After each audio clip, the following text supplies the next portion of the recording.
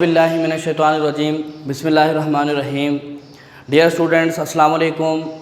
8th class science unit number 3 topic genetic engineering की definition हमने की थी।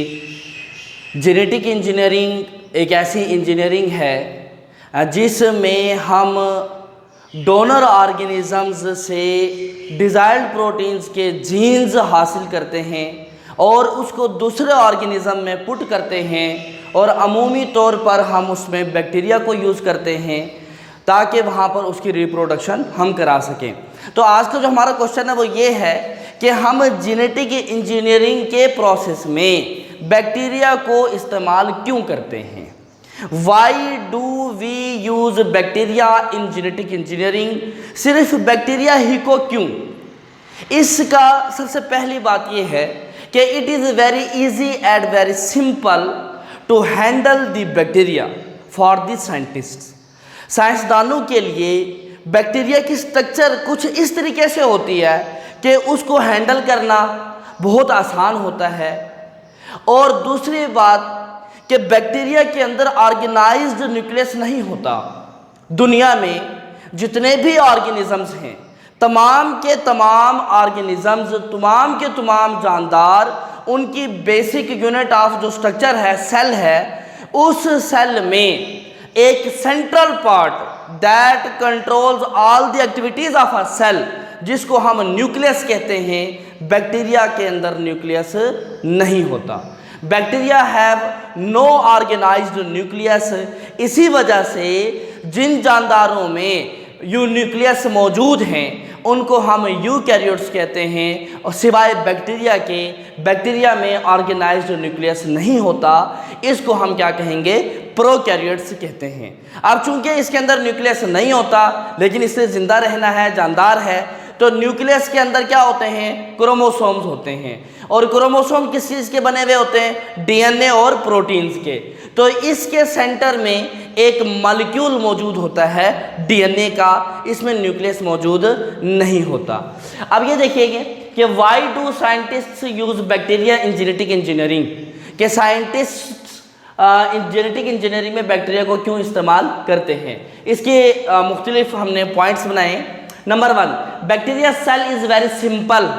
एक तो वो बहुत सिंपल होता है and very easy to handle for scientist, और साइंटिस्ट के लिए उसको हैंडल करना आसान होता है। अगर मैं बैक्टीरिया की स्ट्रक्चर बनाऊं तो बैक्टीरिया की स्ट्रक्चर कुछ इस तरीके से, वेरी सिंपल सी, ऐसे एक स्ट्रक्चर होगी उसकी, और ऐसे एक उसका फ्लैजेला होता है जिसकी वजह से वो मूवमेंट होते हैं। कुछ बैक्टीरिया में नहीं भी होते, और ये इनकी जो वाल होती है, जो इनके जो आउटर ये है, ये सेल वाल की बनी हुई होती है, और दरमियान में बस इसके एक ऐसा एक मॉलिक्यूल सा होता है डीएनए का मौजूद, जो कि उसको ज़िंदा रखने के लिए तमाम एक्टिविटीज़ को वो फॉर्म कराता है। और उसके अलावा इसमें कुछ सर्कुलर पीसेस होते हैं, इन सर्कुलर पीसेस को हम प्लाज्मिड्स कहते हैं।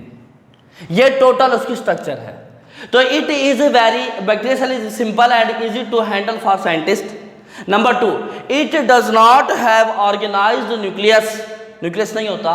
द क्रोमोसोम, क्रोमोसोम जो होते हैं कंसिस्टिंग ऑफ डीएनए, जो डीएनए पर मुश्तमिल होते हैं, फ्लोट्स इन द साइटोप्लाज्म, वो साइटोप्लाज्म में, यानी कि दरमियान में ये जो सेल है इसके अंदर साइटोप्लाज्म मौजूद है, साइटोप्लाज्म में फ्लोट करता हुआ मौजूद होगा। नंबर 3, एडिशनल सर्कुलर पीसेस, फालतू के मज़ीद ये कि उस सेल में ये सर्कुलर पीसेस मौजूद होते हैं जिसको हम प्लाज्मिड्स कहते हैं। Of DNA called plasmids are also present in it, वो उसके अंदर मौजूद होते हैं। It is easy for scientist, साइंसदानों के लिए आसान होता है, टू आइसोलेट, के वो अलग कर सकें प्लाज्मिड्स को अलग करना, from bacterial cell, bacterial cell से उसको अलग करना इसका आसान होता है।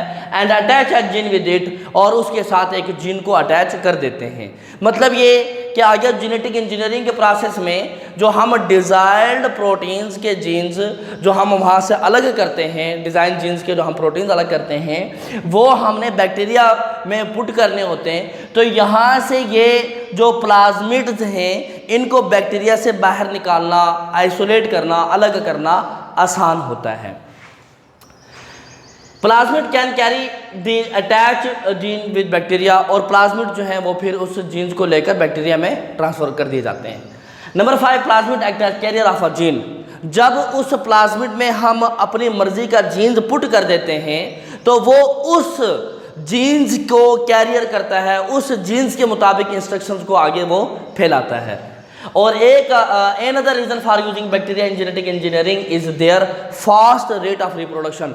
बैक्टीरिया की रिप्रोडक्शन का रेट वो बहुत तेज़ होता है। तकरीबन 20 मिनट में एक बैक्टीरिया अपने 2 डॉटर सेल बना देता है। नोट में राइट किया है, a bacterial cell divide to form 2 daughter cell within 20 minutes. सिर्फ 20 मिनट के अंदर वो अपने सेल को डिवाइड करता है।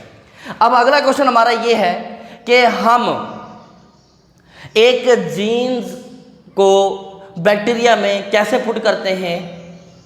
तो इसकी हमने एक एग्जांपल लेते हैं। फॉर एग्जांपल, एक आदमी है, एक शख्स है, उसके बॉडी के अंदर एक ऑर्गन है जिसको हम पेंक्रियाज कहते हैं। पेंक्रियाज का काम हमारी बॉडी में मौजूद ब्लड का जो शुगर लेवल है उसको मेंटेन करना होता है, जिसको हम उर्दू में लबलबा कहते हैं। ये जो पेंक्रियाज है ये इंसुलिन को पैदा करते हैं। इंसुलिन पैदा करते हैं, जिसकी वजह से ब्लड में अगर शुगर का लेवल ज़्यादा हो तो वो उसको डाउन कर देता है। देखिएगा कि अगर हमारी ब्लड में शुगर का लेवल ज़्यादा हो, मैं यहाँ पे लिख देता हूँ कि अगर इंसुलिन है तो ये ज़्यादा से कम करता है शुगर का लेवल को,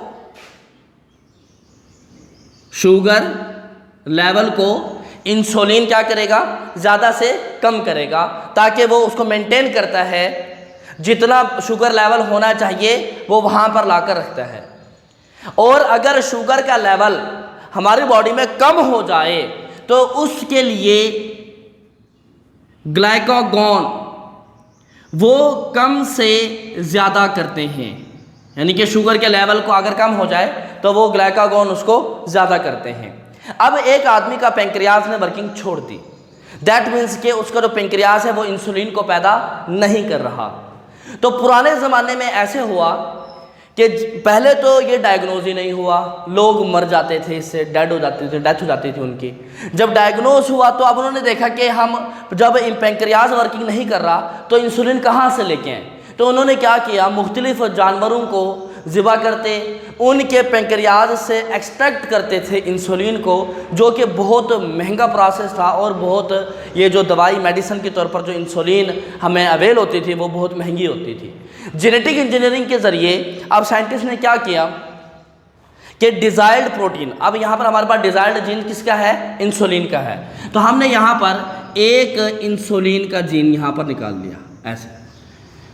ये एक फॉर एग्जांपल हमारे पास है, किसका जीन है, इंसुलिन जीन है। और यहाँ से वो क्या करते हैं, बैक्टीरिया के बॉडी से यहाँ से एक प्लाज्मिड वो निकाल लेते हैं, प्लाज्मिड को निकाल लेते हैं बाहर। एक एंजाइम इस मकसद के लिए हम यूज़ करते हैं, इसको कट करने के लिए एंजाइम को यूज़ करते हैं। जो कट करने वाला एंजाइम है उसको हम कहते हैं रिस्ट्रिक्शन एंडोन्यूक्लियस एंजाइम कहते हैं, जो इनको कट करता है। कट मतलब ये कि प्लाज्मिड है, ये भी पूरा सर्कुलर पीस में है, जीन है ये भी पूरा सर्कुलर पीस में है। हम क्या करते हैं कि एक एंजाइम की मदद से इस प्लाज्मिड को कट कर देते हैं इतना, और उस स्पेसिफिक साइट पर हम इंसुलिन का जीन, जो कि हमारे लिए रिक्वायर्ड प्रोटीन्स, जो हमें ज़रूरत है रिक्वायर्ड प्रोटीन्स के जीन्स, हम उसको वहाँ से अलग कर लेते हैं। ठीक है, यानी कि हमारा अगला क्वेश्चन है ये कि how does scientist insert gene into bacteria, कैसे पुट करते हैं। पहला स्टेप है आइसोलेशन ऑफ जीन्स को अलग करना ऑफ डिजायर्ड प्रोटीन, जो हम चाहते हैं उस प्रोटीन्स को हम अलग करते हैं जीन से। The first step for inserting gene into bacterial cell, bacteria के सेल के अंदर जीन्स को पुट करने का जो पहला स्टेप है इज द आइडेंटिफिकेशन। पहले तो हमने आइडेंटिफाई करना है कि कौन सा जीन्स को हमने इंट्रोड्यूस कराना है, इंसुलिन का कराना है या किसी और चीज़ का हमने कराना है। तो and isolation of gene of desired protein, हम फिर उस डिजायर्ड प्रोटीन के जीन्स को हमारी ख्वाहिश के मुताबिक या हम जो चाहते हैं उस प्रोटीन्स के जीन्स को हम आइसोलेट करते हैं। कहाँ से? From donor organism. अब एक बंदा है जिसकी बॉडी के अंदर इंसुलिन सही मिकदार में पैदा हो रही है, तो वहाँ से हम इंसुलिन की प्रोडक्शन के लिए जो जीन्स हिदायत आगे ट्रांसफ़र करते हैं वो जीन्स हम वहाँ से उठा लेते हैं। An enzyme is use to cut the gene from donor organism. Donor organism से जीन्स को अलग कर, जैसे हमने इसको अलग किया हुआ है, तो अलग करने के लिए एंजाइम यूज़ होता है। और ये जो एंजाइम है, जैसे मैंने अभी आपको बताया है कि ये एंजाइम यूज़ होता है इसमें रिस्ट्रिक्शन एंडो न्यूक्लियस एंजाइम। इसको हम पॉलीमरेज एंजाइम भी इसमें होते हैं, पॉलीमरेज एंजाइम। ये दो किस्म के एंजाइम हैं, रिस्ट्रिक्शन एंडो न्यूक्लियस एंजाइम और पॉलीमरेज एंजाइम। ये दो किस्म के एंजाइम हैं जो कि डिजायर्ड प्रोटीन्स वाले जीन को डोनर ऑर्गेनिज्म से कट करने के लिए इस्तेमाल किए जाते हैं। जब डिजायर्ड प्रोटीन वाला जीन्स को हमने अलग कर लिया कि ये इंसुलिन का ये जीन हमें चाहिए, तो नेक्स्ट स्टेप में हम क्या करते हैं कि attachment of gene with plasmid, plasmid के साथ, यानी कि बैक्टीरिया के अंदर ये जो सर्कुलर पीस है उसको प्लाज्मिड कहते हैं, उस प्लाज्मिड के साथ हम उसको अटैच करते हैं। The isolated gene is then attached with plasmid DNA, plasmid DNA के साथ उसको अटैच कर देते हैं फ्रॉम बैक्टीरियम, जो कि हमने एक बैक्टीरिया से निकाला है। This same enzyme use for cutting donor gene, वही एंजाइम जो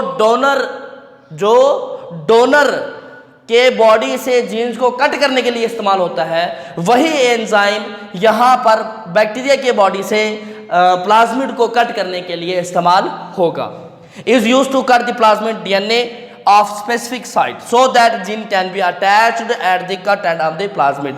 फिर हम जब इसको कट करते हैं, अब यहाँ पर अगले स्टेप के अंदर हम उसको क्या करें, अगले स्टेप में, यानी कि ये यहाँ पर जो प्लाज्मिड मौजूद है ये इस सूरत के अंदर जिसको हमने ऐसे करके काटा और यहाँ से इंसुलिन को, अब इनको हम आपस में मिला देंगे।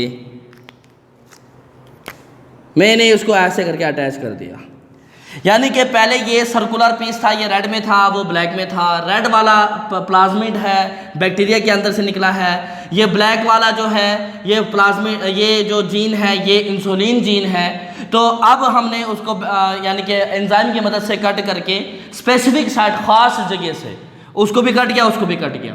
एक ही एंजाइम इसलिए यूज़ करते हैं कि वो अगर उसको ऊपर वाले हिस्से को प्रोमिनेट करता है तो इसका ये नीचे वाले हिस्से को करेगा, ताकि वो पूरा उसका सर्कुलर कंप्लीट हो जाए। अब हम उन दोनों को आपस में मिला देते हैं, किन दोनों को, प्लाज्मिड और जीन्स को, जो डिजायर्ड प्रोटीन के जीन हैं।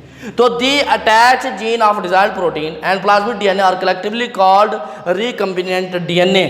इस जगह पर हम इसको कहते हैं कि ये यहाँ पर रिकम्बिनेंट डीएनए है, रिकम्बिनेंट डीएनए।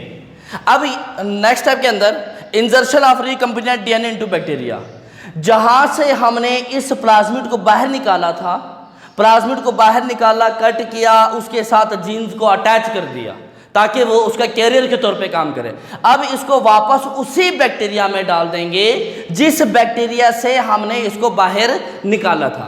मीन्स ये कि हमारे पास ये वाला जो बैक्टीरिया जो मौजूद था, इस बैक्टीरिया में एक मॉलिक्यूल्स की सूरत में डीएनए फ्लोट करता हुआ मौजूद है और यहाँ पर बाकी यहाँ पर सर्कुलर पीसेज में एडिशनल प्लाज्मिड्स मौजूद हैं। अब इस रिकम्बिनेंट डीएनए को हम इसमें पुट कर देते हैं। जब उसको पुट करते हैं, फॉर एग्जांपल हमने इसको जब इसको वापस इसमें डाला तो ये यहाँ पर इस जगह में ये वाला मौजूद है। तो the recombinant DNA is inserted back into the same type of bacterium. हम उस रिकम्बिनेंट डीएनए को वापस उसी बैक्टीरिया में पुट कर देंगे जहां से हमने उस प्लाज्मिड को निकाला था, from which the plasmid was isolated. The bacterium, वो bacteria which takes in recombinant DNA, वो बैक्टीरिया जो अब अपने अंदर रिकम्बिनेंट डीएनए को ले लेता है, is called genetically modified bacterium. उसको कहेंगे कि ये हमारे पास कौन है, अब ये जेनेटिकली मॉडिफाइड बैक्टीरियम, यानी कि जीएम बैक्टीरियम इसको कहा जाता है। जेनेटिकली मॉडिफाइड इसको क्यों कहा? क्योंकि अब इस बैक्टीरिया के जीन्स चेंज हो चुके हैं। इसमें हमने अपने जीन्स ऑफ डिजायर्ड प्रोटीन, अपनी ख्वाहिश के मुताबिक या जो रिप्रोडक्शन हम चाहते हैं उस प्रोडक्शन वाले प्रोटीन्स के जीन्स को हमने इस बैक्टीरिया में पुट कर दिया। अब ये बैक्टीरिया यहाँ पर अपने जीन्स तब्दील कर चुका है, इसको हम कहते हैं जेनेटिकली मॉडिफाइड बैक्टीरिया या जीएम बैक्टीरिया। इसको हम जीएमओ भी कहते हैं, जेनेटिकली मॉडिफाइड ऑर्गेनिज्म भी कहते हैं। अब चूंकि ये बैक्टीरिया वो है जिसने फॉरेन जीन को ऑक्युपाई किया, फॉरेन जीन्स को अपने अंदर हासिल किया है, तो the organism which take in the foreign genes are called, उसको हम नाम देते हैं ट्रांसजेनिक ऑर्गेनिजम्स का। तो इसकी डेफिनेशन यहाँ पर recombinant DNA is called genetically modified bacterium, GM bacterium और ट्रांसजेनिक ऑर्गेनिज्म उसको कहते हैं। इसके बाद जीएम बैक्टीरियम, वो जो जीएम बैक्टीरिया है ये वाला, ये स्टार्ट डिवाइडिंग, ये अपने डिवाइडिंग स्टार्ट कर देगा। आगे जाके ये मज़ीद 2 हिस्सों में डिवाइड हो जाएगा, फिर आगे वो जाकर मज़ीद फिर 2 हिस्सों में डिवाइड हो जाएगा।